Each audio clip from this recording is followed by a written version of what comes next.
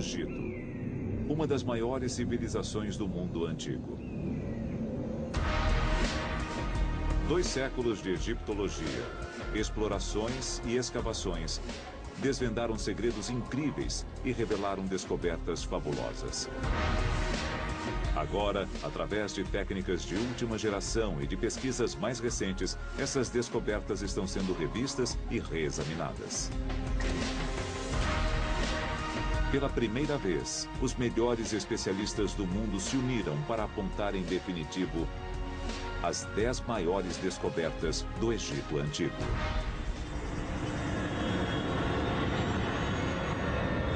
O Egito na história. Cada uma dessas 10 grandes descobertas é um tesouro em si. Mas não é só isso. Elas são chaves de acesso para uma das civilizações mais extraordinárias que o mundo já conheceu. Essas descobertas são portas para o passado, que nos permitem saber como os antigos egípcios viviam, o que pensavam e o que faziam. Objetos encontrados décadas e até séculos atrás ainda representam um desafio. Eles devem ser decodificados. Como mensagens secretas transformaram esta simples tumba numa máquina de ressurreição. As próprias cenas e as palavras inscritas nas paredes das tumbas são como códigos de computador ou um manual de instruções. O que há por trás da onda de violência que profanou as tumbas mais belas do Egito? Sem dúvida era crime organizado. Grupos de homens organizados e bem estruturados. Por milhares de anos, os egípcios fizeram construções numa escala sem igual.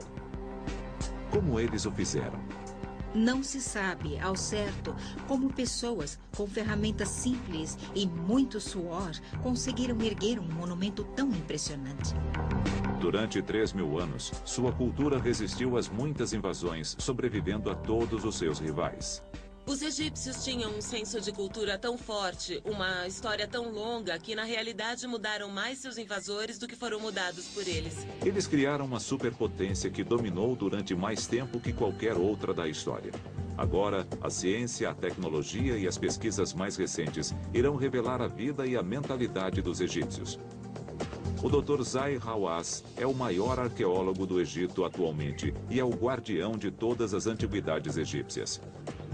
Trabalhando com uma equipe de cientistas renomados e percorrendo o país de uma ponta a outra, ele irá nos guiar através das maiores descobertas do Egito.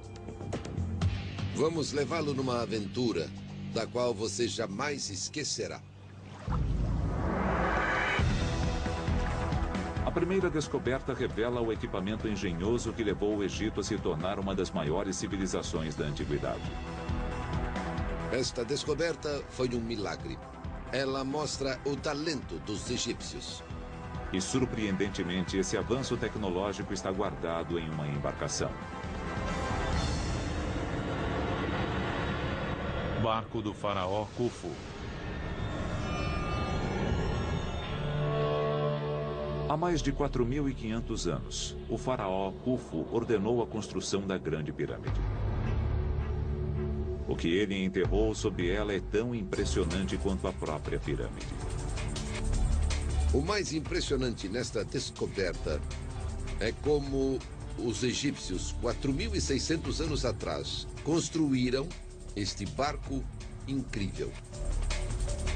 O barco de Khufu é o artefato mais extraordinário do mundo. Seu comprimento equivale a 13 andares de altura. Ele tem 1.200 peças e foi montado com pedacinhos de madeira e uma espécie de costura. O sítio em Gizé foi escavado muitas vezes. Mas essa descoberta ocorreu por acaso. A descoberta aconteceu totalmente por acidente. Muitas grandes descobertas sempre acontecem por sorte. Foi em 1952. O arqueólogo Kamal El-Malak estava supervisionando a limpeza de uma área ao lado da Grande Pirâmide. O lado sul da pirâmide estava completamente coberto de detritos e fragmentos de pedra, e eles começaram a limpar a área. Quando estavam limpando, eles encontraram placas de calcário enormes, cuidadosamente assentadas. Curioso, El-Malak fez um pequeno buraco numa delas. Quando aquele homem olhou ali dentro, ele me disse: Senti o cheiro de história. Ele descobriu 41 blocos enormes de calcário que pesavam entre 17 e 20 toneladas. Eles cobriam um fosso profundo com mais de 30 metros de extensão.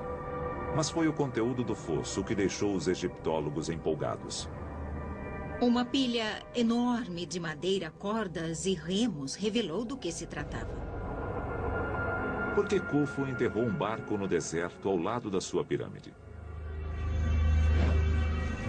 A resposta nos mostra como os egípcios viam a morte e o que o faraó acreditava que fosse lhe acontecer. A pirâmide abrigaria seus restos mortais, mas sua alma partiria. Ela seria transformada.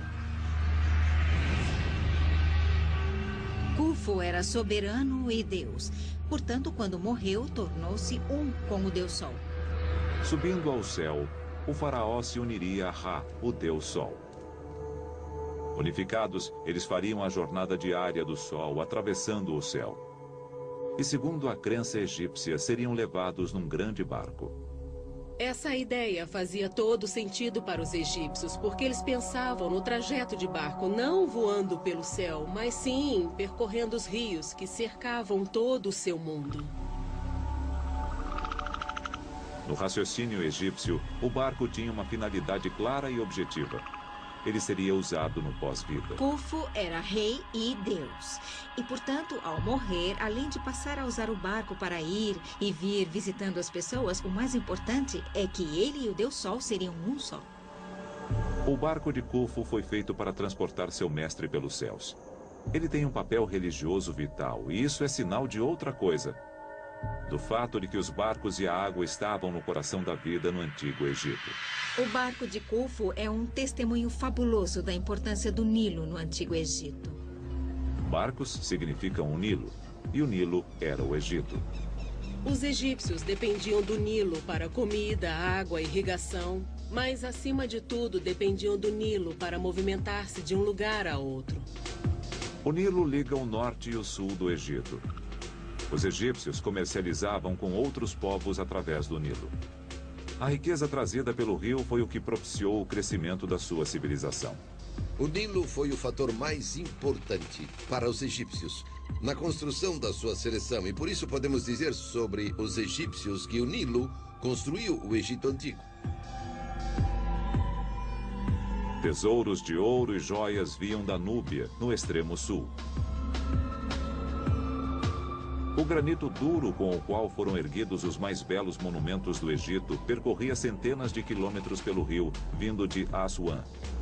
Os faraós enviavam expedições comerciais à terra de Punt, milhares de quilômetros ao sul. O comércio fluvial trouxe vastos recursos ao país, permitindo aos faraós do Egito construírem um império. A importância dos barcos no Antigo Egito está evidenciada em murais espalhados pelo país.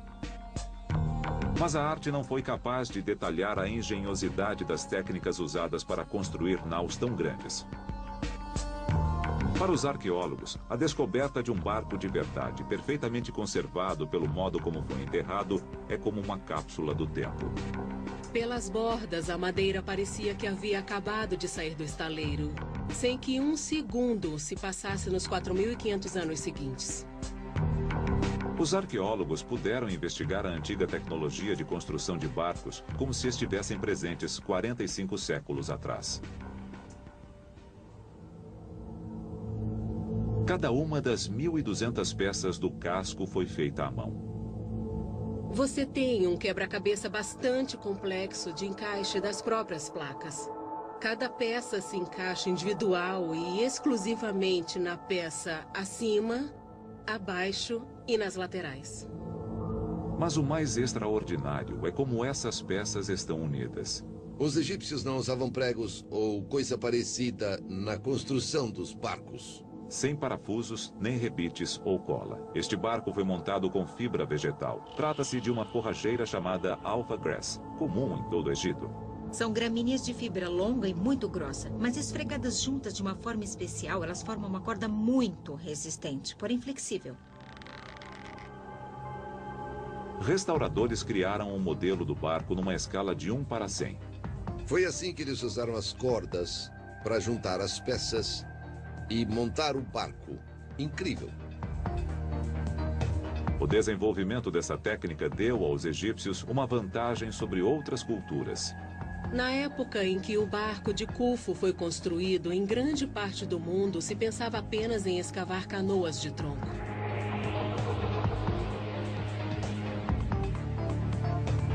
A tecnologia das placas de madeira costuradas permitiu aos egípcios construir embarcações muito maiores que das culturas rivais.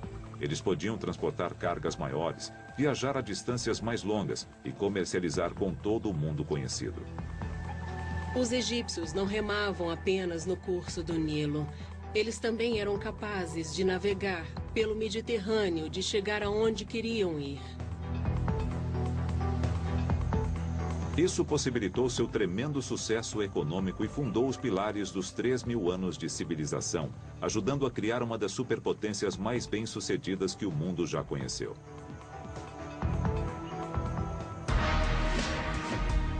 O barco de Khufu é a primeira das 10 maiores descobertas do Egito, porque os barcos animaram o nascimento de um império. A riqueza trazida pelos barcos superdimensionados financiou a construção de obras superdimensionadas. Os egípcios ergueram templos e monumentos em escala única na antiguidade. Mas esses templos e monumentos jamais teriam sido construídos se os antigos egípcios não dominassem a técnica necessária para extrair pedras das pedreiras em grandes quantidades. Sem pedras não haveria estátuas nem monumentos. Muito do que sabemos dos egípcios vem dos registros gravados por eles em pedra. A seguir, uma equipe de cientistas tenta desvendar os segredos dos mestres de obra do Egito. Numa experiência totalmente nova, eles tentarão dominar o poder que construiu uma nação e deixou um legado extraordinário.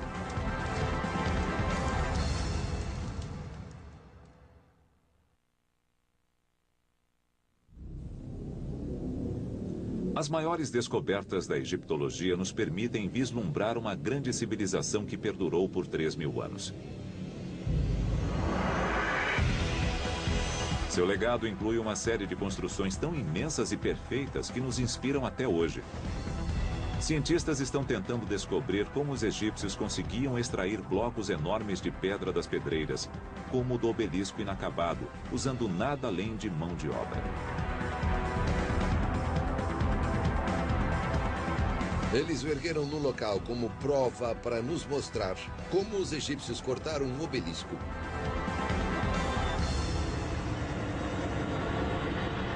A pedreira do obelisco inacabado. O obelisco inacabado pesa mais de 1.000 toneladas.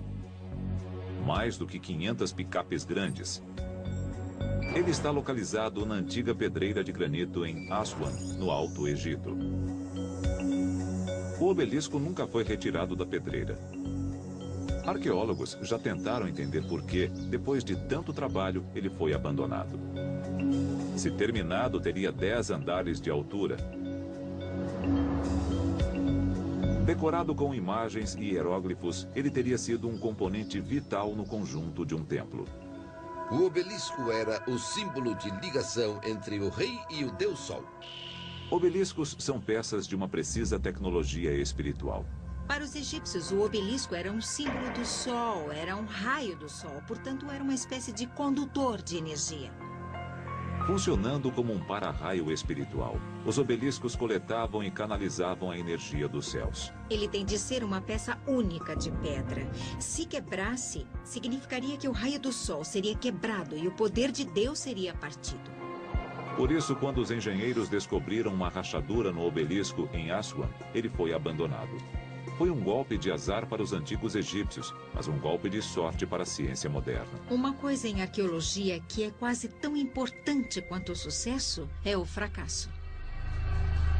Indícios no próprio obelisco e ao seu redor revelam como os antigos trabalhadores das pedreiras extraíam pedras enormes.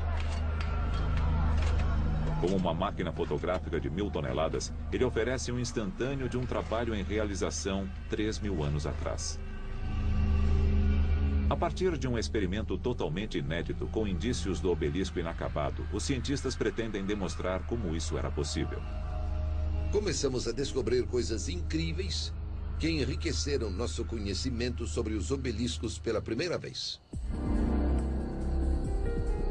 Adel Kelani passou a vida investigando antigas técnicas de extração em pedreiras. Este é um bom exemplo de rachaduras naturais nas camadas de granito. Localizá-las antes de iniciar o trabalho é muito importante. O granito tem falhas naturais onde a rocha já enfraqueceu.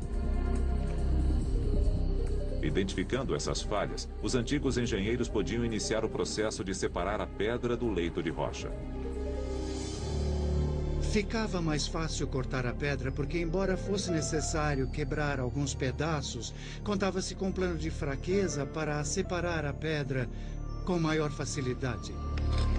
Numa segunda fase, os trabalhadores batiam com trituradores manuais de pedra para desgastar a pedra. Essas marretas primitivas eram feitas de dolerito, uma rocha bem mais dura que o granito. Mas a técnica era demorada e tempo era luxo do qual os trabalhadores das pedreiras não dispunham. Os faraós queriam sempre seus monumentos concluídos depressa. Muitos se preocupavam se viveriam tempo suficiente. O tempo médio de reinado de um faraó era de menos de uma década, e nenhum faraó confiaria seu legado ao sucessor. Seus monumentos poderiam durar por toda a eternidade, mas o tempo em vida para construí-los era muito curto. Basta ver a quantidade de obeliscos e de estátuas de granito espalhados pelo Egito para constatar que os trabalhadores das pedreiras encontraram uma solução. Sob as pedreiras, os cientistas encontraram pistas que nos indicam que solução foi essa. O que nós temos aqui é a história, como num livro aberto. Ele nos conta exatamente como os egípcios fizeram. No extrato, há tijolos de barro carbonizados, pedaços de madeira queimada e lascas de pedra fraturada pelo calor. Baseado nisso, Adel acredita ter descoberto como os engenheiros egípcios aceleraram o processo de extração de granito. Os egípcios usavam o fogo para ajudar a quebrar a pedra. O calor do fogo fazia com que a rocha se expandisse e ela se contraía quando resfriava. Esse processo enfraquece e pode até partir a rocha. Teoricamente, se conseguiam controlar esse processo, os egípcios poderiam separar grandes blocos de granito. Mas Adel não havia testado sua teoria até agora. Estou ansioso para ver o resultado porque é uma nova descoberta. Exatamente como os antigos engenheiros, Adel escolhe uma falha na rocha.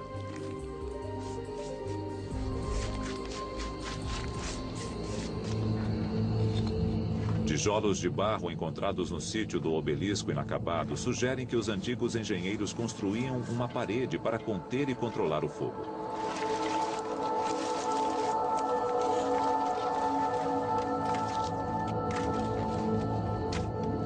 O fogo aumenta a temperatura da rocha para 426 graus. Ela se expande provocando o estresse. Após 1 hora de calor intenso, Adel pode se aproximar com segurança. Em segundos, a água derruba a temperatura em 85%. A rocha rapidamente se contrai. Está quente, muito quente. Mas qual foi o efeito do calor? Adel agora pode testar se a rocha enfraquecida pelo fogo é mais fácil de quebrar do que uma outra fratura não aquecida. Meia hora depois, ele ordena que parem. Sem o fogo, os trabalhadores causaram pouco impacto na fratura no teste de controle. Mas no local queimado, a rachadura está se abrindo. Pode-se ver como o fogo afetou as camadas de granito. Está funcionando muito mais rápido do que esperávamos. Isso explica como os antigos egípcios fizeram tantos obeliscos em tão pouco tempo. Portanto, é provável que a extração de tamanha quantidade de pedra num espaço de tempo tão curto tenha sido através do auxílio do fogo. Um dos principais mistérios das técnicas do Egito Antigo foi solucionado com esta operação hoje. O obelisco inacabado forneceu as pistas e a arqueologia experimental mostrou que a teoria pode funcionar. Explica como os egípcios podiam extrair pedras numa escala que era quase sobre-humana. Descobrimos exatamente como é que eles cortavam um obelisco. Esses grandes monumentos ainda têm o poder de causar admiração. Eles foram construídos milhares de anos atrás sem a tecnologia moderna. E somente estamos começando a entender como. Mas a terceira descoberta nos leva além da tecnologia aos mestres construtores egípcios, os homens que criaram um dos mais famosos marcos da história.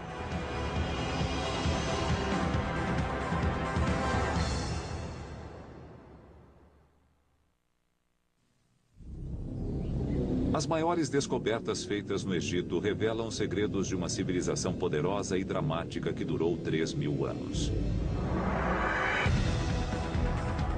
Os antigos egípcios criaram alguns dos monumentos mais impressionantes do mundo, e o mais impressionante de todos é a Grande Pirâmide. A terceira descoberta é sobre as pessoas que a construíram. Não se sabe bem como foi possível erguer um monumento tão impressionante apenas à custa de muito suor e usando ferramentas simples. Agora, a ciência está prestes a revelar a resposta para esse mistério. As tumbas dos trabalhadores das pirâmides.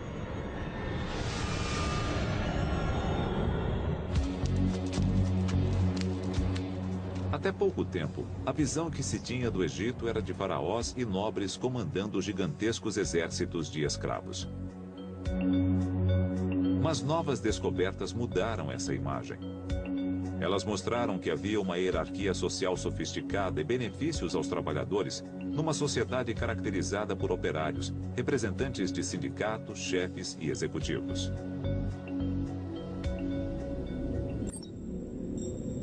As pirâmides ficam em Gizé.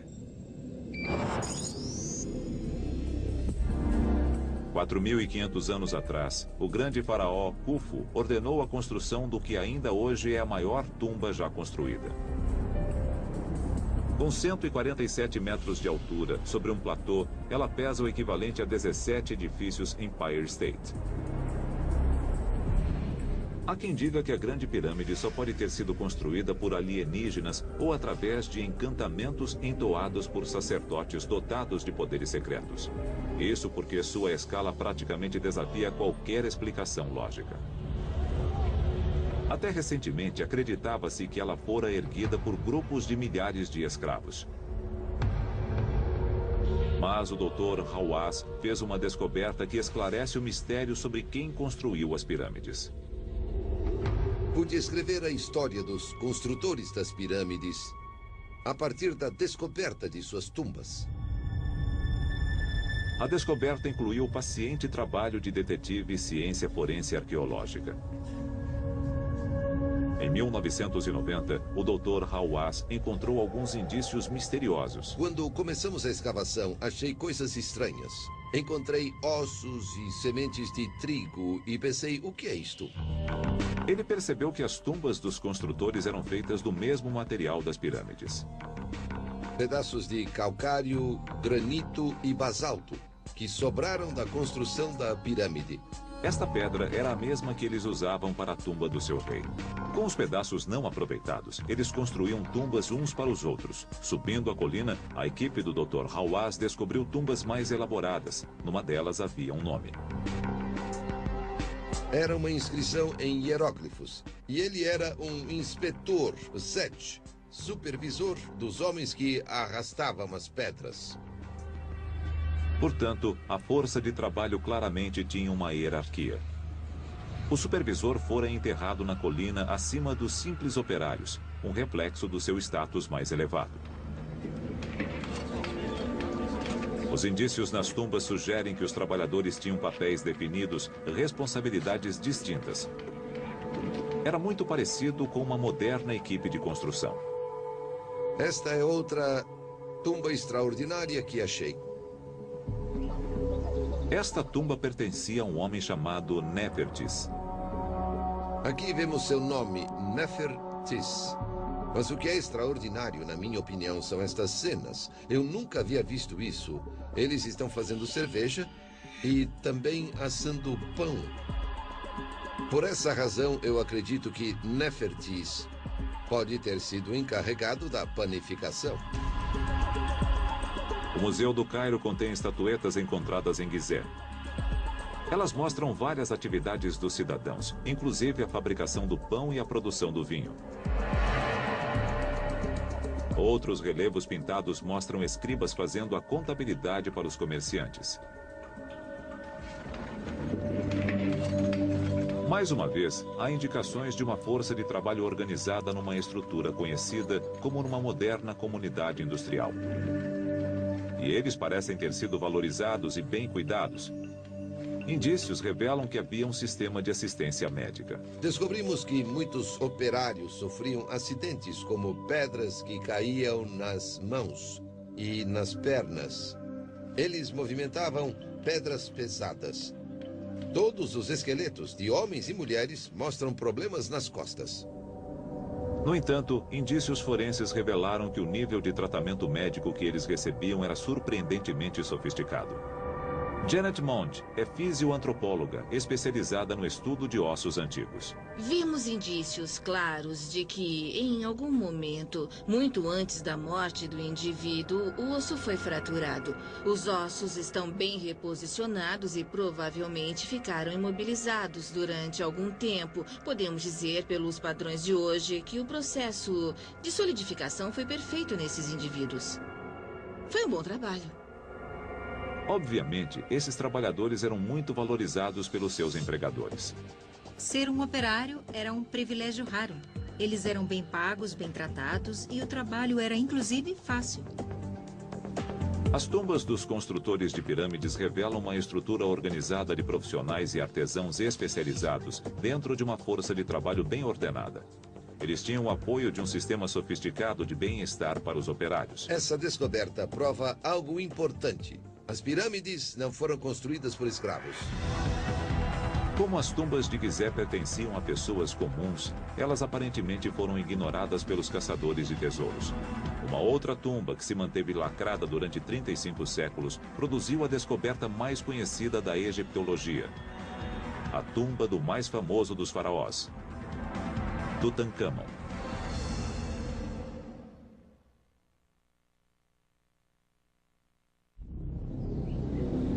O Antigo Egito é uma das civilizações de maior duração ao longo da história.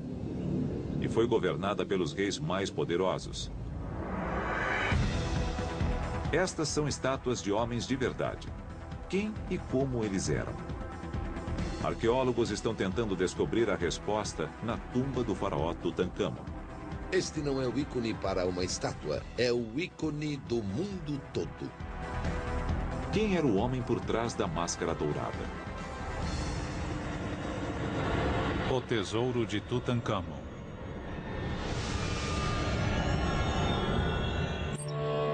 O Vale dos Reis, na margem oeste do Nilo. O Vale dos Reis abriga 63 tumbas. Mas a que pertence a Tutancâmon permaneceu escondida durante séculos.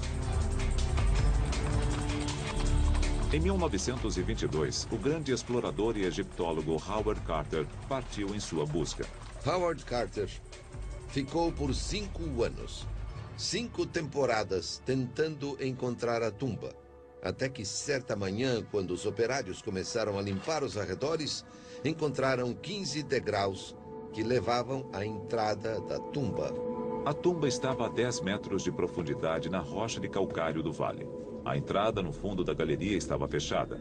Carter fez um buraco. E naquela sala ele viu coisas maravilhosas. Além do corpo do faraó, a tumba guardava mais de 3.000 tesouros enterrados com ele. Desde então, a tumba vem atraindo egiptólogos interessados em examinar e analisar a múmia e seus tesouros. E agora os arqueólogos podem ir mais a fundo do que nunca. Eles podem ver o menino rei como ele nunca foi visto antes. Arqueólogos estão recorrendo à ciência médica moderna para estudar seu corpo de 3.500 anos. Com aparelhos de tomografia computadorizada, milhares de radiografias do corpo são agrupadas formando uma imagem tridimensional. A tomografia é uma maravilha para a arqueologia. Podemos realmente ver tudo. Podemos ver como este rei morreu, quando ele morreu. Podemos ver tudo isso. Os especialistas estão investigando um misterioso orifício na nuca de Tutancâmon. Seria esse o ferimento que o matou. Se você olhar o crânio, vai constatar que existe um buraco na nuca. É uma lesão grave nas vértebras superiores e até a base do crânio, no forame magno, onde eles se conectam. O ferimento é condizente com uma lesão sofrida pela vítima de uma agressão. Esse orifício levou à conclusão que o menino de ouro foi assassinado. Mas o jovem rei teve mesmo uma morte violenta? Pode haver uma pista no antigo processo de mumificação. A mumificação é tão antiga quanto o próprio Egito. Ninguém sabe ao certo por que os antigos egípcios passaram a mumificar os mortos. Mas presumivelmente, como as pessoas e animais que morrem no deserto ressecam-se naturalmente, os egípcios teriam constatado que eles ficavam perfeitamente preservados. A primeira coisa que os egípcios faziam era desidratar o corpo. E para isso utilizavam um tipo de sal chamado natro. Sem ele, era impossível mumificar. O natro funciona como os sachês de sílica gel usados hoje em dia para evitar umidade nos equipamentos eletrônicos. O natro é uma mistura de sal e bicarbonato de sódio. E ele age retirando todo o líquido do corpo. Aí se produz uma múmia. Mas certos órgãos contêm água em excesso para serem mumificados como são. Os órgãos deixados no corpo apodreceriam e explodiriam. Portanto, o passo seguinte seria remover os órgãos e o cérebro. Eles decepavam a cabeça e a escavavam, deixando o crânio vazio. Poderia o ferimento na cabeça ser consequência do processo de mumificação e não uma lesão que o matou? Na Universidade da Pensilvânia, Janet Mond estuda as tomografias da múmia de Tutancâmon. Quando o ferimento ocorre antes da morte do indivíduo, e sendo em geral no osso ou no tecido, constata-se uma certa regeneração na sobrevida. Essa parece uma lesão pós-morte. Pode ser algo que ocorreu durante o processo de mumificação. O orifício no crânio de Tutancâmon é consistente com o tipo de orifício feito durante o processo de mumificação. Não tem coisa nenhuma a ver com assassinato, nada disso. Não houve crime algum. Como o rei morreu, permanece um mistério. Mas a ciência pode nos ajudar a descobrir como ele viveu, para entender a mentalidade e a vida de um soberano do Egito. Aparentemente, o faraó não era tão imponente quanto sua máscara mortuária sugere. Ele tinha um belo queixo quadrado. Mas fora isso, seu rosto era bastante fino, magro. É claro que não se faz brincadeiras com o rei. Mas num pátio de escola, creio que ele seria um menino apelidado de dentuço ou alguma coisa parecida com isso.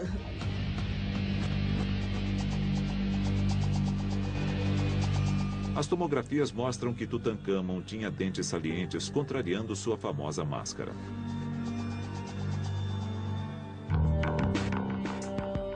O tesouro com o qual o rei menino foi enterrado revela mais. A tumba de Tutancâmon produziu mais riquezas que todas as outras descobertas feitas no Egito juntas. Sua famosa máscara foi enterrada com 6 bigas inteiras e milhões de dólares em ouro. Mas o que torna a tumba extraordinária é que ela foi encontrada absolutamente intacta. Além de toda a fascinação pelo tesouro, por todo o ouro medido praticamente em centenas de quilos, temos um conjunto completo do sepultamento de um faraó do Egito. Os artefatos, até certo ponto, revelam a personalidade do faraó. Eles foram feitos no mesmo padrão que aqueles que ele teria usado em vida. Para nós é impressionante que eles tenham se empenhado tanto para criar algo como as pequenas tampas de jarros de alabastro, que são maravilhosas obras de arte, mas que não eram destinadas aos olhos do público, e sim para serem enterradas com o rei e não mais serem vistas. O tipo de artefato e o cuidado com o qual foram feitos nos dão uma ideia de como Tutancâmon viveu. Os egípcios acreditavam que a pós-vida se parecia muito com esta vida, só que melhor, e que se deveria levar tudo consigo. Os objetos que Tutancâmon queria em sua tumba e no pós-vida eram aqueles dos quais havia gostado em vida. Sabemos que ele gostava em especial de um jogo chamado Senet, porque foi enterrado não só com uma mesa-tabuleiro de Senet de tamanho normal, mas também com uma pequena versão portátil feita de marfim deste tamanho. Tutancâmon foi o regente supremo de uma superpotência. Estes artefatos nos lembram de sua infância e talvez nos deem uma ideia sobre sua personalidade. Se a descoberta de Carter mostrou ao mundo o faraó, a ciência moderna está nos revelando o homem. Novas investigações dos artefatos da tumba e da múmia de Tutancâmon provavelmente trarão à luz mais detalhes sobre o verdadeiro ser humano por trás da máscara. Mas no Egito Antigo, como hoje, a vasta maioria da população não era de reis e rainhas. Trabalhadores, homens e mulheres comuns formavam o coração de uma nação. Através da próxima descoberta, egiptólogos podem vislumbrar essas pessoas, os cidadãos do Antigo Egito.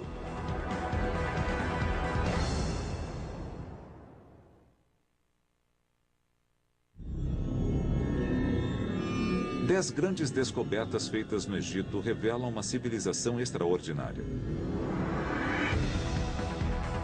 As ruínas nos proporcionam uma visão da aparência do Antigo Egito. No entanto, conhecer o comportamento do seu povo é muito mais difícil. É apenas uma pequena fresta para podermos espiar um pouco o que era a vida no Antigo Egito.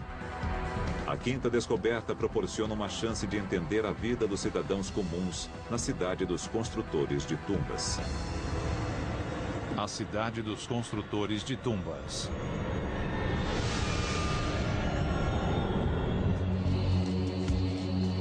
A cidade de Deir el-Medina proporciona uma visão rara do dia a dia no Egito Antigo. Ela ficava na margem oeste, no Nilo. As ruínas de uma cidade egípcia inalterada são uma descoberta rara e muito valiosa. Deir el-Medina permanece praticamente intocada, como seus moradores a deixaram. Portanto, é uma fonte enorme para arqueólogos na reconstrução da vida diária dos antigos egípcios. Ela permaneceu porque foi construída com pedras. A maioria das outras cidades do Antigo Egito ocupava a planície inundável do Nilo e era feita de tijolos de barro que se decompõem com água. O mais espetacular e uma sorte no caso de Deir el-Medina é que ela tenha sobrevivido. Ela abrigava 280 pessoas e foi erguida numa localização improvável, em meio ao deserto, 1 hora a pé do Vale dos Reis. Isso leva os arqueólogos a acreditar que ela foi erguida propositalmente para abrigar as pessoas que trabalhavam no vale. Eles eram encarregados das obras, da construção e também da decoração das tumbas dos reis no vale. Aparentemente, cada família ocupava uma casa própria de um pavimento. Esta é a porta de entrada de uma casa e creio que este homem era um dos supervisores e também uma pessoa muito influente. Artesãos, ourives e construtores de tumbas tinham status elevado numa terra em que a maioria da população trabalhava duro e por muitas horas na lavoura. Os operários tinham um emprego até que bastante confortável e, ao que tudo indica, eles trabalhavam de 2 a cada 3 dias. Ganhavam peixe e vinho em ocasiões especiais e provavelmente gostavam do seu trabalho. Além de construir as tumbas dos faraós, os habitantes de Deir el-Medina construíram também as suas. E examinando o trabalho artístico nas paredes, arqueólogos começam a juntar as peças das vidas dos que moravam ali. Podemos aprender muito sobre o dia a dia através das tumbas de Deir el-Medina. A produção artística mostra uma movimentada comunidade de indivíduos prósperos e bem-sucedidos. Mas as pinturas nas paredes revelam como os moradores dos vilarejos queriam ser vistos e não como eram de fato. Estudando as tumbas, analisando os monumentos, nós vemos que eles estão no seu melhor, com as melhores roupas, vivendo uma vida ideal. Mas era uma idealização. Mas existem outros indícios que fornecem pistas sobre a vida particular dos cidadãos. Todo tipo de coisa acontecia. Coisas que eles não queriam necessariamente que se soubesse. As pistas estão por toda parte. Os penhascos em volta da cidade eram de calcário, e qualquer pedaço que se soltasse numa placa como esta era uma superfície para escrita em potencial. E esse potencial foi plenamente explorado pelos moradores de Deir el-Medina. No Antigo Egito, isto equivaleria a um bloco de anotações. Podia-se, por exemplo, simplesmente se abaixar e apanhar uma pedra do chão e pronto. Material para escrever. As lascas, conhecidas como óstraco, eram usadas para documentar anotações oficiais e particulares também. O fato de que os óstracos eram usados para a troca de mensagens entre amigos fornece aos especialistas uma visão única do que antes era desconhecido nos registros arqueológicos. Podemos ver como eram os verdadeiros egípcios quando estavam à vontade. Os óstracos revelam como eles passavam seu tempo livre. Gostavam de beber e, obviamente, gostavam de fornicar e adoravam fofocar. Pelos óstracos, podemos reconstruir como era a vida 3.000 anos atrás. Como eles viviam, tudo sobre eles está escrito aqui, no calcário. Os indícios encontrados em Deir el-Medina revelam que seus moradores não levavam uma vida muito diferente da nossa. Esta descoberta nos revela pela primeira vez não as coisas sobre reis e rainhas que sempre sabemos, mas nos falam das pessoas comuns, da vida das pessoas comuns. Mas eles viviam entre as tumbas dos mortos. O povo egípcio era muito espiritualizado e acreditava que, do além-túmulo, os mortos continuavam influenciando todos os aspectos da vida.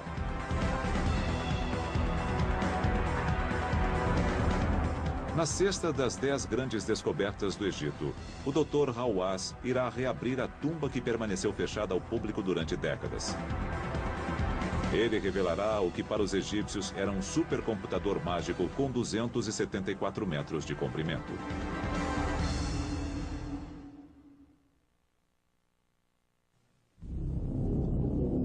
Reunidas, as 10 grandes descobertas revelam um panorama da vida no Antigo Egito. Mas é impossível entender a vida dos egípcios sem entender suas crenças sobre o pós-vida. A sexta descoberta, a tumba de Sete I, traz incríveis revelações. O que nós temos aqui é um guia de viagem, digamos, para o pós-vida. As investigações desvendam o código secreto que transforma um simples buraco no chão numa máquina de ressurreição. A tumba do faraó Sete I.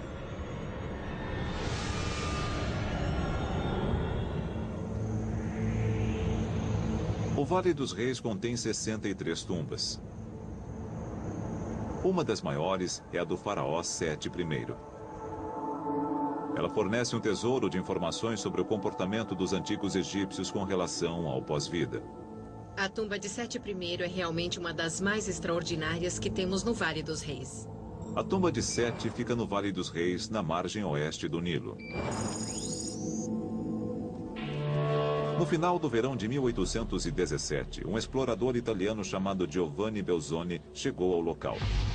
Belzoni havia trabalhado no circo, mas dedicou-se à egiptologia como segunda carreira. Através de um estudo cuidadoso da geologia do vale, ele descobriu 8 tumbas em apenas 2 semanas. E na terceira semana, Belzoni mais que dobrou o número de tumbas descobertas.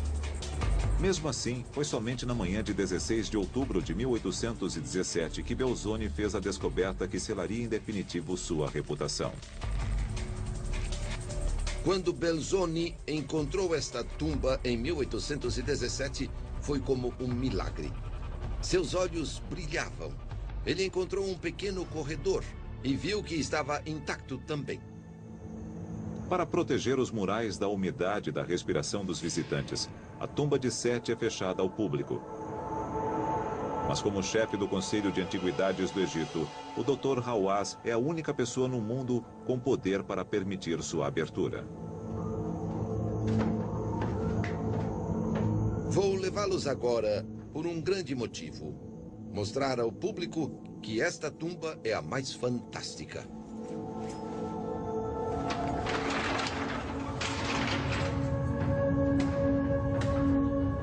A entrada aprofunda-se no leito de rocha.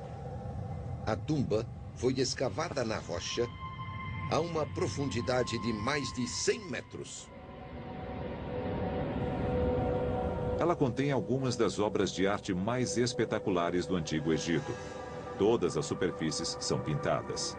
O que tira o fôlego da gente é não só a beleza das formas, mas também as incríveis cores vivas que são usadas.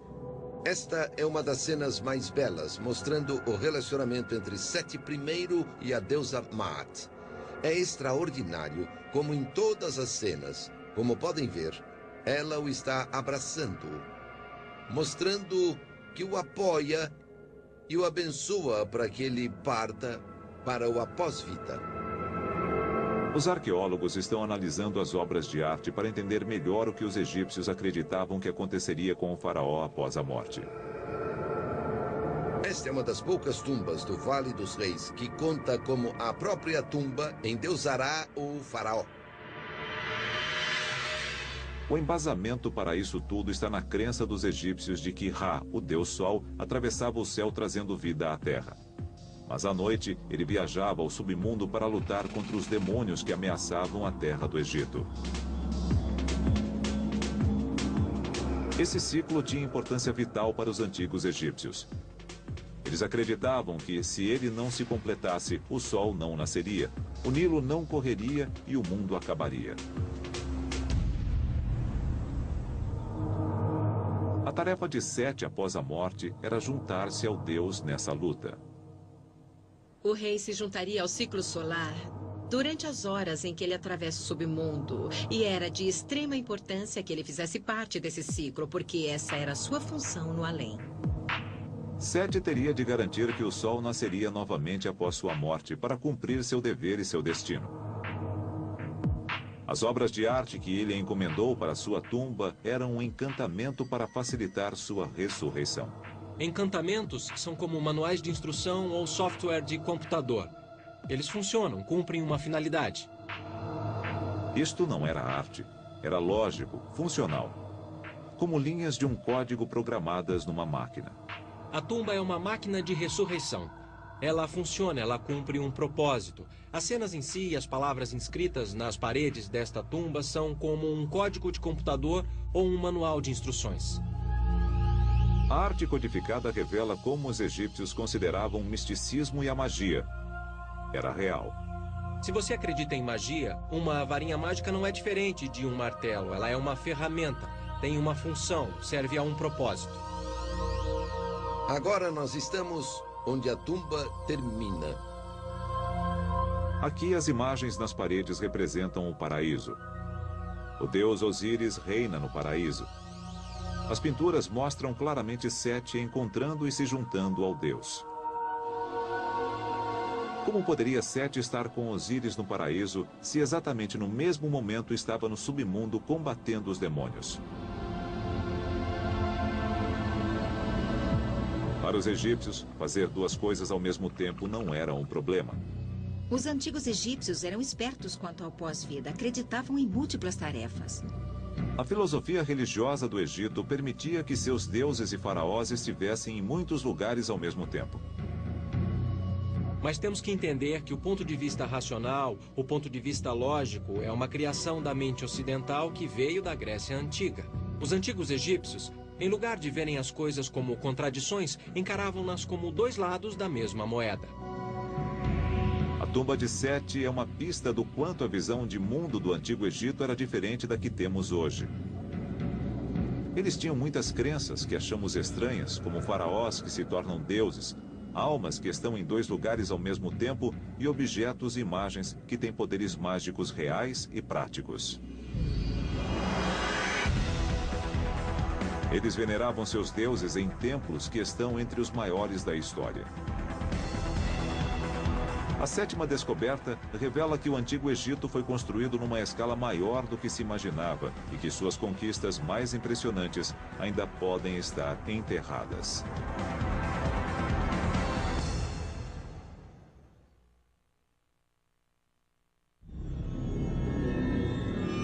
As 10 maiores descobertas do Antigo Egito revelam segredos de um mundo que floresceu 5.000 anos atrás.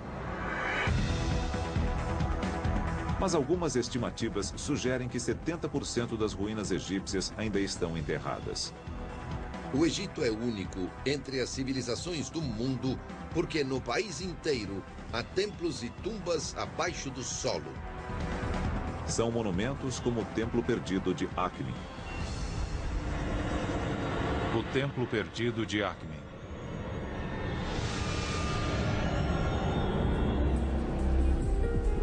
Algumas teorias sugerem que os antigos egípcios construíram monumentos muito maiores do que se pensava. O Templo Perdido de Akhmin provê indícios dramáticos que reforçam essa teoria.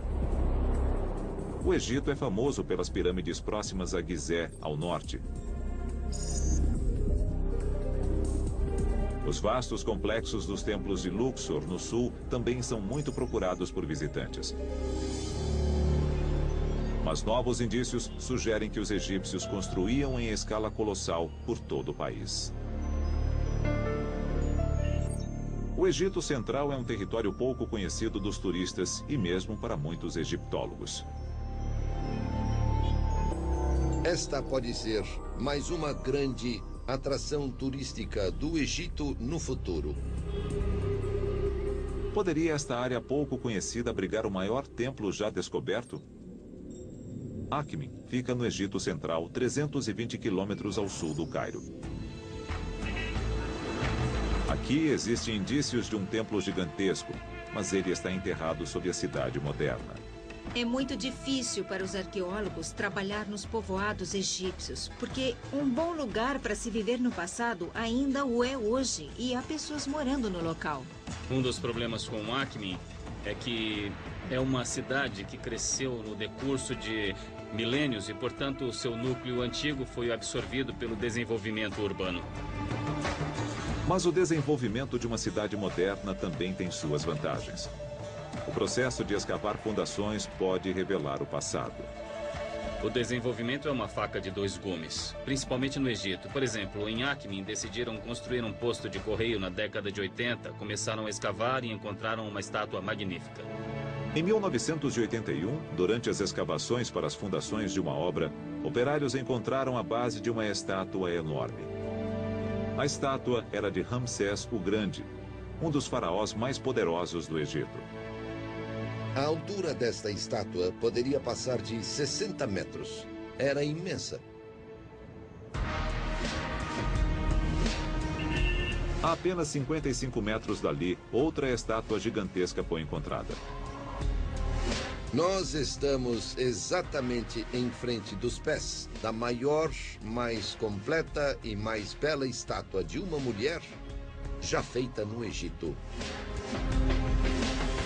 A estátua é da esposa de Ramsés, Meritamen. Muitos acreditam que ela foi a rainha que encontrou e criou Moisés como seu próprio filho. A escala das duas estátuas é uma pista quanto ao tamanho do templo. Mas se existem outras ruínas, elas estão enterradas sob a cidade moderna. Os arqueólogos devem descobrir o que existe sem escavar. A egiptologia é uma ciência muito rigorosa, porque não envolve apenas escavação, envolve também muita análise. A primeira pista para os especialistas foram os escritos deixados por viajantes há mais de 1000 anos. Eles falam de um templo gigantesco em Akhmin. Viajantes árabes que visitaram o Egito no século IX d.C. contaram que sua visita ao templo começou quando amanheceu e terminou quando anoiteceu. O sol teve tempo de nascer e se pôr antes que eu terminasse de explorar as ruínas. Uma segunda pista quanto à escala da construção é que todos os templos do Egito seguiam uma planta semelhante. Os templos no Egito Antigo são a morada dos deuses, uma espécie de ponto de conexão entre o plano divino e o plano humano. É um modelo arquitetônico da ideia de cosmos, e os antigos templos egípcios seguem um layout formal. Assim como as igrejas, mesquitas e templos da atualidade seguem um padrão, O mesmo acontecia com os templos no Egito. Portanto, analisando um templo totalmente visível, arqueólogos podem aplicar esse conhecimento ao sítio de Akhmin. O templo de Amon-Ra, 160 quilômetros ao sul, em Luxor. A análise do desenho padrão do templo de Luxor permite aos arqueólogos prever com fundamento onde o restante do templo em Akhmin está enterrado. Mansur Boraik é especialista no desenho dos templos. Creio que o templo de Akhmin era maior, mas tinha o mesmo layout do templo de Luxor. O desenho padrão de um templo começa com uma longa avenida pavimentada. Ela leva a um grande portão ladeado por duas estátuas. E em Akhmin, é aqui que a estátua de Ramsés ficaria. Dentro há um pátio. É onde estaria a estátua da rainha Melitamen. Mas esse é apenas o começo. Há outros pátios que avançam 250 metros até o santuário interno. O desenho de Luxor pode ser aplicado ao templo em Akhmin. Eu tenho uma imagem do local aqui no computador. Combinando a localização das estátuas com a planta do templo de Luxor, o Dr. Wegner consegue estimar as verdadeiras dimensões do templo de Akhmin. Dá para ter uma ideia da dimensão pelo campo de futebol que está aqui no alto à direita, na imagem do Google Earth. Pode-se ver que a extensão provável desse templo no Novo Reino é de 4 a 5 vezes o comprimento do campo de futebol. Isso dá a percepção de um templo realmente enorme. Mesmo sem uma escavação complementar, essa análise permite aos arqueólogos afirmar que o templo em Akhmin foi construído em escala gigantesca. Este pode ser o início do templo e o santuário deve estar aqui, sob as casas. Novas escavações e desdobramentos serão necessários para que a extensão do templo seja revelada com exatidão. Na verdade, poderemos descobrir o templo inteiro. Mas uma coisa é certa. Uma nova imagem do Egito está se desenhando. A de um país maior e mais desenvolvido do que se imaginava. Uma faixa contínua de construções ao longo de todo o Nilo. Não apenas os locais já famosos, no norte e no sul, mas também na região central. Indícios de uma civilização mais impressionante do que se poderia pensar.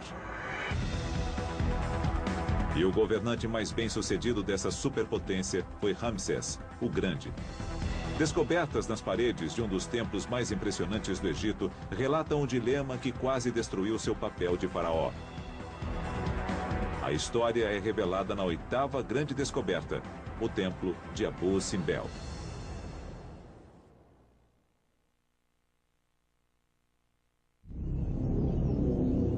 Das tumbas aos templos, os mistérios do Antigo Egito vêm encantando o mundo há séculos. Um dos mais significativos é também um dos maiores. Com as 4 estátuas de Ramsés o Grande ladeando a entrada, é o templo de Abu Simbel. O epítome do ego de Ramsés, por assim dizer, ou da sua divindade, a natureza espetacular das suas conquistas é com certeza Abu Simbel. O grande templo de Abu Simbel.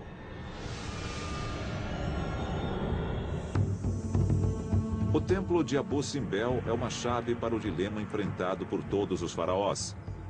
Como reinar ao mesmo tempo como homem e como Deus. Os murais nos contam a história de como o grande faraó Ramsés II chegou muito perto de falhar em sua missão. Abu Simbel fica no sul do Egito, próximo à fronteira com o Sudão atual. Há 4 estátuas gigantescas cortadas na rocha, e cada centímetro das paredes do templo está coberto com ilustrações dos triunfos do faraó.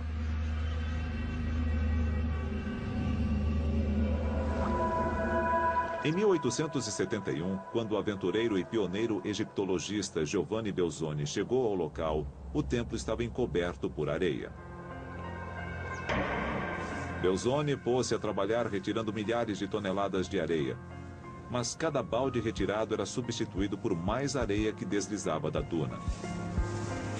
Quando estava quase desistindo, ele encontrou uma solução simples para o problema aparentemente impossível. Molhada, a areia ficaria no lugar. O plano foi um sucesso. Após 4 anos de trabalho árduo, ele finalmente encontrou a entrada do templo, tornando-se o primeiro homem em séculos a adentrá-lo. O templo de Abu Simbel era um monumento ao maior construtor, guerreiro e faraó do Egito, Ramsés II. Ramsés II foi um dos grandes reis. Ele governou o Egito Antigo durante 67 anos e transformou o país num museu aberto para expor suas conquistas. Mas a análise dos murais e das estátuas revela o duplo papel de um faraó do Egito. Sua função primaz era defender a nação. Ele é o grande guerreiro, o herói único que defende o Egito de todos os seus inimigos. O segundo papel envolve a religião.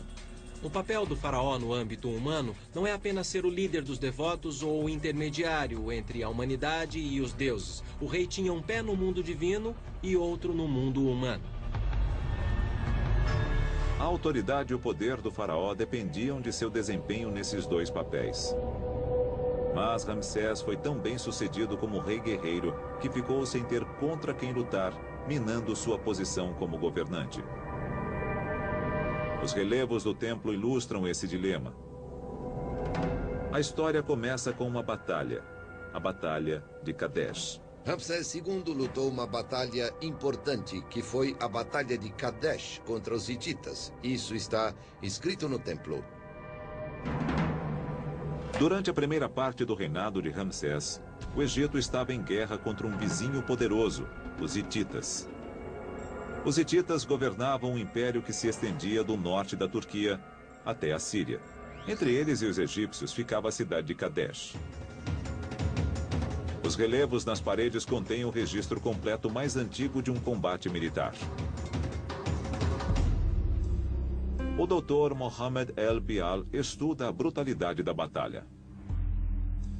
Aqui, a figura mostra os egípcios batendo e punindo os hititas. Veja, estão batendo com muita força. Foi um choque de superpotências. O que torna Kadesh tão diferente é que foi realmente um choque de superpotências. Ramsés deparou-se com todo o exército hitita e todos os seus aliados no campo de batalha. E, na verdade, isso era relativamente raro no mundo antigo. 2 grandes exércitos se enfrentando no campo de batalha. Os relevos de Abu Simbel ilustram uma batalha violenta na qual foram usadas as armas mais avançadas da época. Tinham bigas pela primeira vez, tinham cavalos. E assim foi possível construírem um império. A biga egípcia era extremamente ágil, manobrava com rapidez. E podemos dizer que equivalia a um míssil atual. Era como o F-16 da antiguidade.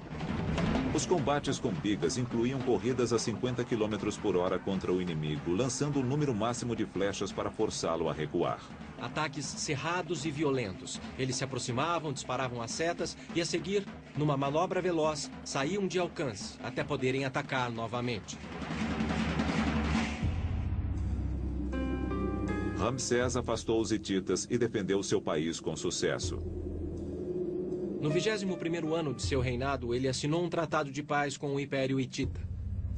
Sem batalhas para lutar, Ramsés não podia preencher a função de guerreiro como faraó. O que fazer quando não se tem mais inimigos? Ramsés estava diante de um problema político. Abu Simbel revela a solução que Ramsés encontrou. E ele resolveu isso partindo para o extremo oposto e enfatizando seu papel religioso. Como não podia mostrar que era um guerreiro porque não havia mais contra quem lutar, ele podia dizer, eu sou um deus vivo. Ramsés declarou sua divindade.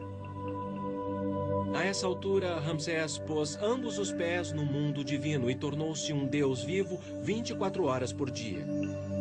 Os egípcios passaram a ser governados por um deus vivo. Abu Simbel tornou-se um templo não apenas para os deuses, mas para o próprio Ramsés como um deus.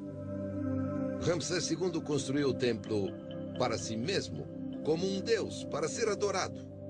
Aqui, nós chegamos ao santuário, ao local mais sagrado, onde Ramsés II lançou um desafio e se colocou entre os outros deuses. Ele tem a sua estátua no santuário, com as outras estátuas dos 3 maiores deuses do Egito. Ele é um deles. É igual a eles.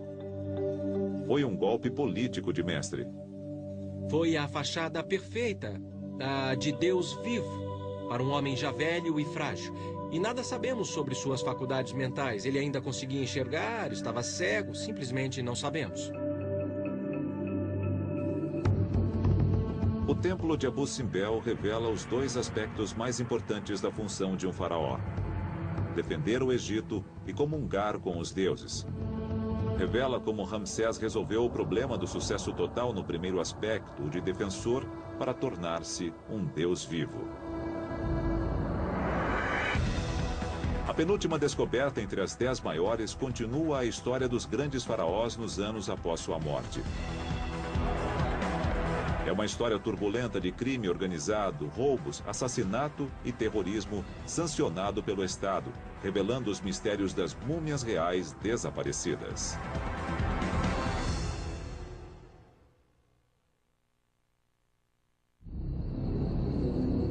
As 10 grandes descobertas do Egito nos permitem saber sobre a vida num império que durou 3.000 anos. Muito do que sabemos sobre o Antigo Egito vem da abertura das tumbas dos faraós. Mas elas também trouxeram um mistério. Repetidas vezes, as tumbas foram encontradas vazias.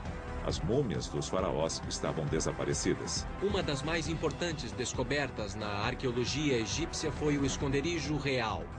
Os egiptólogos viram-se diante de um verdadeiro quem é quem dos grandes reis. Caverna secreta das múmias.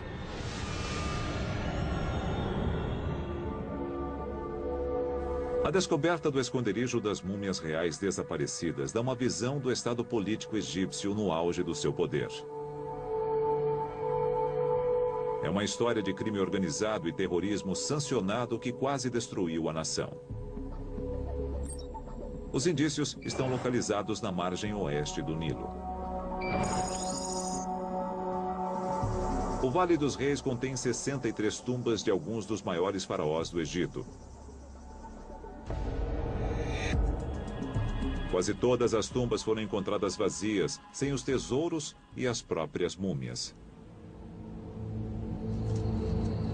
Mas, a cerca de 5 quilômetros do Vale dos Reis, há um outro desfiladeiro. Nele não há tumbas, e acreditava-se que ali também não havia segredos. Mas em 1980, um pastor estava procurando uma cabra perdida. Numa fenda a meio caminho subindo um dos penhascos, ele encontrou a entrada de uma caverna. E quando ele entrou um corredor de uns 60 metros, escavado na rocha. Dentro dele estava o conteúdo de mais de 50 tumbas, inclusive as múmias de alguns dos maiores faraós da história. Para resolver o enigma e descobrir por que as múmias estavam ali, os arqueólogos tiveram de analisar a situação política e social do Egito há 3.000 anos. A seca e as lutas internas entre facções políticas rivais estavam levando o país à anarquia. Todos esses problemas, a questão ecológica, política, as invasões estrangeiras levaram ao colapso do sistema, quando um sistema de governo complexo, que só conseguiria enfrentar uma ameaça por vez, vê-se diante de muitas delas ao mesmo tempo, esse sistema não aguenta e tudo começa a desmoronar. A sociedade começou a ruir. A população viu-se diante da fome e da miséria. A necessidade de ouro levou as pessoas aos lugares onde sabiam que ele seria encontrado, as tumbas dos faraós. À noite, as pessoas entravam e ficavam procurando pelas múmias. Elas invadiam as tumbas e quebravam tudo. Esses atos de sacrilégio nasceram do desespero. Uma vez que o limite entre a civilidade e o caos é cruzado, nada, nem a crença nos deuses, nem o temor do sacrilégio e da condenação eterna irá evitar o roubo das tumbas e a violação dos templos. Mas não foram atos praticados por criminosos esporádicos. Sem dúvida era crime organizado. Grupos de homens organizados e bem estruturados, inclusive com uma espécie de hierarquia interna. O roubo das tumbas tornou-se uma atividade econômica, de fato. Isso criou um dos primeiros exemplos de crime organizado da história. Literalmente todos entraram no negócio de roubar tumbas. Todos estavam envolvidos, desde os mais altos escalões do governo, que não participavam diretamente dos roubos, mas faziam vista grossa e recebiam sua parte. Mas havia alguns sacerdotes do templo de Luxor que ainda se consideravam guardiões da religião egípcia, dos templos e das tumbas dos faraós. E eles resolveram salvar e esconder as múmias. Eles queriam proteger os reis. Levaram todas as múmias e as enterraram aqui. Longe de todos. E nunca revelaram esse segredo. O fato de os sacerdotes salvarem as múmias permitiu aos cientistas estudar os restos mortais de alguns dos governantes mais poderosos da antiguidade. Fechando os olhos e recuando milhares de anos no tempo, podemos imaginar este rei vivo. Após sua descoberta, as múmias foram levadas para o Museu Egípcio no Cairo, onde estão guardadas em condições estéreis. Entrando nesta sala, cheia de cadáveres, podemos reagir sentindo medo, rindo, chorando, sorrindo. Mas através da ciência, pela primeira vez, estas múmias falarão conosco. O mais interessante é o que não está aí. Os faraós eram enterrados com tesouros incalculáveis, mas nenhuma das múmias foi encontrada com algo de valor. Examinando os sarcófagos violados, nós podemos constatar que o ouro e outras joias preciosas foram sistematicamente retirados de alguns deles. Isso fornece indícios para uma teoria da conspiração de alto nível. Se alguém está roubando uma tumba no meio da noite com medo de ser morto ou atingido pelos deuses, vai fazer isso às pressas, com medo, e vai agarrar tudo aquilo que puder e fugir. Mas os objetos foram retirados dos corpos metodicamente. Isso sugere que foi obra dos próprios sacerdotes. As mesmas pessoas que salvaram as múmias retiraram as últimas peças de ouro e joias que ainda restavam. Embora os sacerdotes tenham salvado e também roubado as múmias, eles deixaram para a ciência um legado valiosíssimo. É uma faca de dois gumes, porque podemos dizer que eles fizeram uma boa coisa escondendo as múmias num lugar secreto e as protegendo desse jeito, mas eles também as roubaram. As investigações da ciência forense revelam a vida real dos grandes faraós. Mas desta descoberta podemos também entender um pouco sobre a sociedade no Egito Antigo. Uma sociedade à beira da anarquia. Quando a nação desmoronou, outros impérios rapidamente tiraram vantagem. E o Egito sofreu centenas de anos com invasões. Mas em vez de ser destruída, a cultura egípcia era tão forte que os invasores acabaram adotando os costumes e crenças do seu novo lar.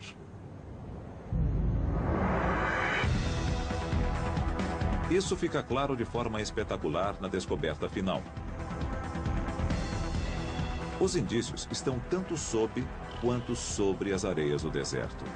Se formos ao subsolo, encontraremos múmias cobertas de ouro. Centenas de múmias perfeitamente preservadas, cobertas de ouro.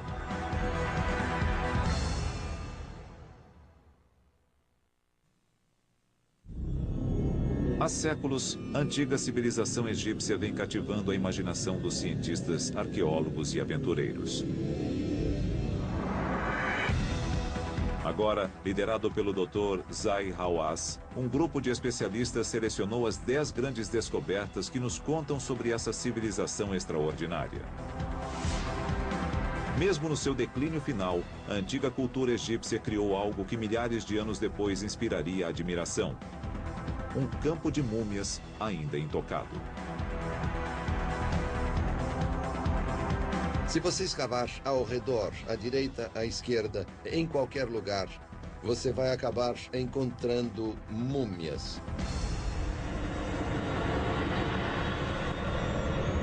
Vale das Múmias Douradas. No decorrer de sua história, o Egito foi atacado por muitos impérios. Os indícios mostram que a cultura egípcia teve força para resistir e perdurar.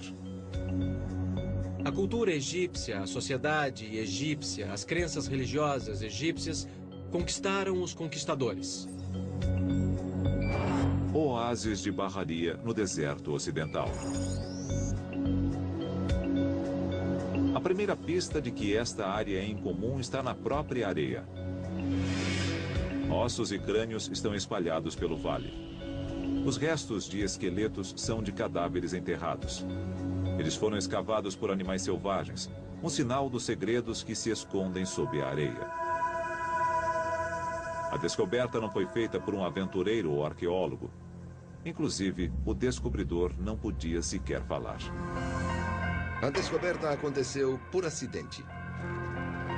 Em 1994, um asno se perdeu no deserto. Quando o dono foi procurar o animal, encontrou-o empacado, olhando para um buraco no chão. Ele olhou dentro do buraco e viu as múmias. Eu vim para cá e começamos a escavação. Foi como um sonho. A descoberta de tantas múmias intocadas é uma dádiva incalculável para a ciência moderna. Nos primórdios da arqueologia egípcia, muitos cemitérios foram escavados pelos primeiros arqueólogos, mas os corpos, os ossos e as múmias foram descartados, ficaram dispersos. Os primeiros exploradores muitas vezes descartavam as múmias na sua busca por tesouros. As múmias se perderam de uma forma que choca os arqueólogos modernos. Foram usadas até como combustível para cozinhar. As múmias encontradas em Bahariya oferecem um recurso raro, não contaminado e preservado. Temos toda uma população, geração após geração, no mesmo lugar. 2000 anos atrás, o Egito foi invadido pelos romanos que se espalharam pelo país. As múmias enterradas no vale são desses romanos. Elas datam de 300 a.C. O Egito era visado porque era um dos países mais ricos do Mediterrâneo. Ele tinha todo o ouro da África, tinha cereais, tinha todos os recursos do faraó. Seria uma joia da coroa de qualquer império. Os povoados foram destruídos com o tempo. Mas o estudo das múmias revela que nada conseguia destruir a cultura egípcia. Os egípcios tinham um senso de cultura tão forte, uma história tão longa, que na realidade mais mudaram seus invasores do que foram mudados por eles. Estas são múmias de romanos. Mas eles foram enterrados conforme a cultura egípcia. A mumificação começou em 3000 a.C. e continuou no decorrer de toda a história do Egito até o período romano. Antes de chegarem ao Egito, os romanos embrulhavam seus cadáveres em faixas de linho. A maioria das primeiras múmias traz o rosto completamente coberto. Mas os egípcios produziam sarcófagos e máscaras mortuárias com rostos. Aqui temos uma máscara com rosto, e todas as outras múmias têm máscaras. As máscaras revelam a mudança do estilo romano para o egípcio, à medida que os invasores se naturalizavam. Nós podemos ver a unificação cultural, a fusão acontecendo bem diante dos nossos olhos, geração após geração.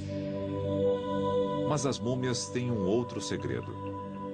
Para investigá-lo, algumas foram removidas para instalações onde foram limpas e restauradas. Aqui, em caixas seladas, as máscaras revelam ainda mais sobre a cultura egípcia. As múmias estão cobertas de ouro. Os antigos egípcios adoravam o ouro. Obviamente, era um dos materiais mais caros da antiguidade, mas o mais importante é que os egípcios acreditavam que o corpo dos deuses era feito de ouro. Isso nos dá uma ideia das crenças dos antigos egípcios sobre a reencarnação e o pós-vida. Com a morte, o ser se transforma de mortal em divino. E é por isso que eles estão cobertos de ouro, às vezes no rosto, outras vezes até no sarcófago. Isto é uma indicação da transformação do estado mortal em divino. As múmias são indícios de que os romanos adotaram o uso do ouro em suas crenças religiosas. No entanto, o desenho dos rostos reflete a influência romana dos novos colonizadores.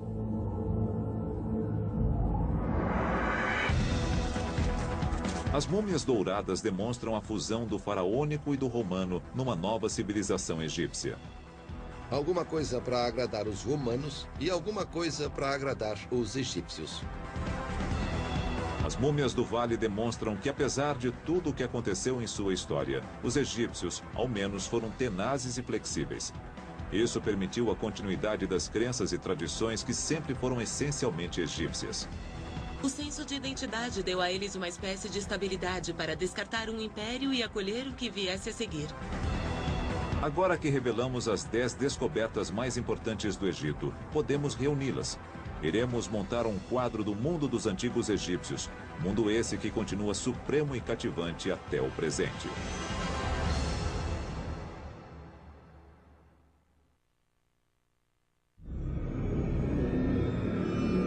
As descobertas do Antigo Egito vêm ocorrendo no transcorrer de centenas de anos de aventuras e explorações. Dos primeiros aventureiros às análises científicas, cada descoberta lançou uma nova luz sobre essa civilização que teve início 50 séculos atrás. Os antigos egípcios foram simplesmente o povo mais fascinante e interessante do mundo antigo. Mas a egiptologia traz mais que fascinação para os acadêmicos e cientistas. Ela tem uma ressonância que afeta o mundo moderno, mesmo no presente. O legado do Antigo Egito continua vivo 2000 anos após o colapso da sua civilização. Eles estão nas origens de muitas tradições culturais que consideramos nossas, inclusive nos Estados Unidos e na Europa. Um dos legados mais importantes dos egípcios para o mundo moderno é a ciência da medicina. O registro mais antigo de um médico profissional é de um homem chamado Imhotep, que trabalhara no Egito há cerca de 5.000 anos. As técnicas cirúrgicas dos antigos egípcios foram desenvolvidas, não para manterem uma pessoa viva nesta vida, mas por um motivo totalmente diferente, preservá-la para a próxima. Estudos feitos nos corpos mumificados dos faraós revelam a grande perícia na dissecação desenvolvida pelos egípcios. Uma mumificação bem feita era um processo complicado que envolvia a cuidadosa retirada de alguns órgãos chaves sem afetar o corpo em si. Como em muitas instâncias da cirurgia moderna, era necessário um conhecimento profundo de anatomia. Em alguns casos, esse conhecimento foi passado sem qualquer alteração através das eras, chegando aos modernos livros de medicina.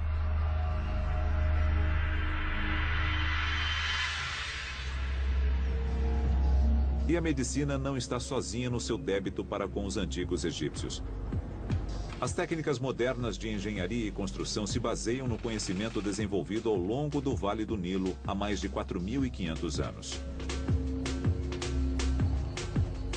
A Grande Pirâmide de Gizé foi construída com tamanha precisão que sua largura varia menos de 5 centímetros a uma extensão de 250 metros. O gênio grego Pitágoras é conhecido como o pai dos números. Ele aprendeu no Egito. Aqui desenvolveu as fórmulas algébricas que constituem boa parte do embasamento para a construção e a engenharia modernas.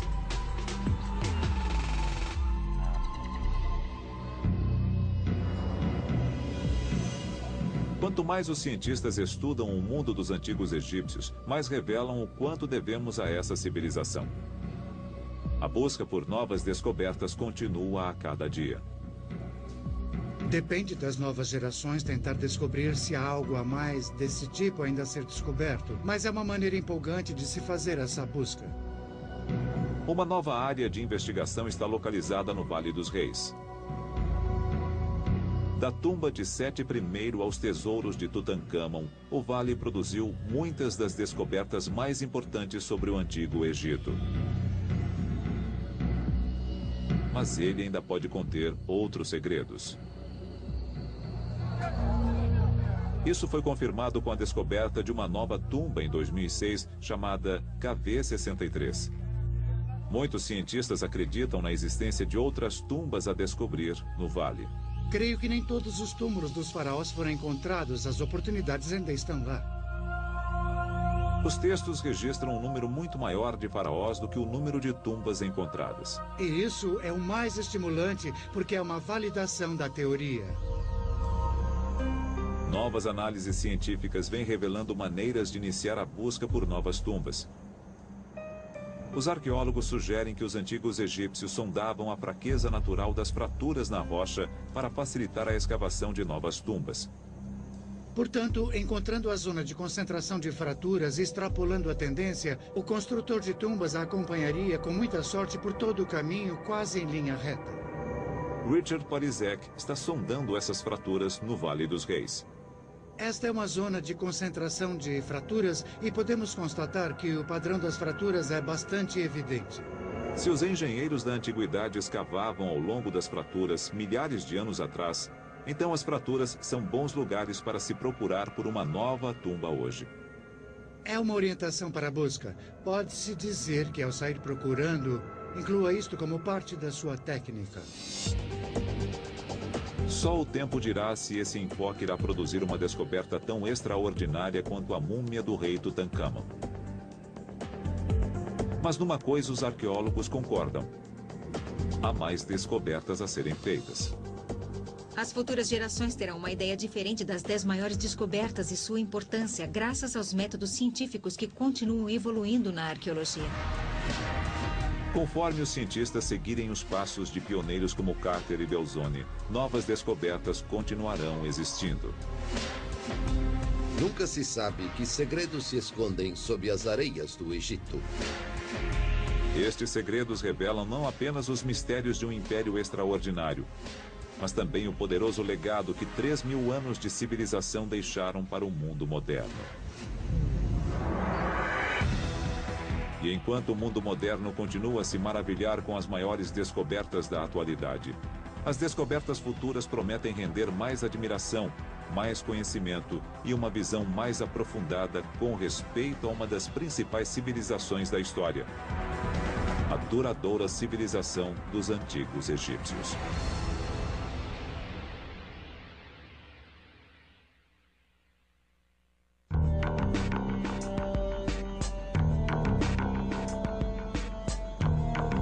Versão brasileira, DPN Santos.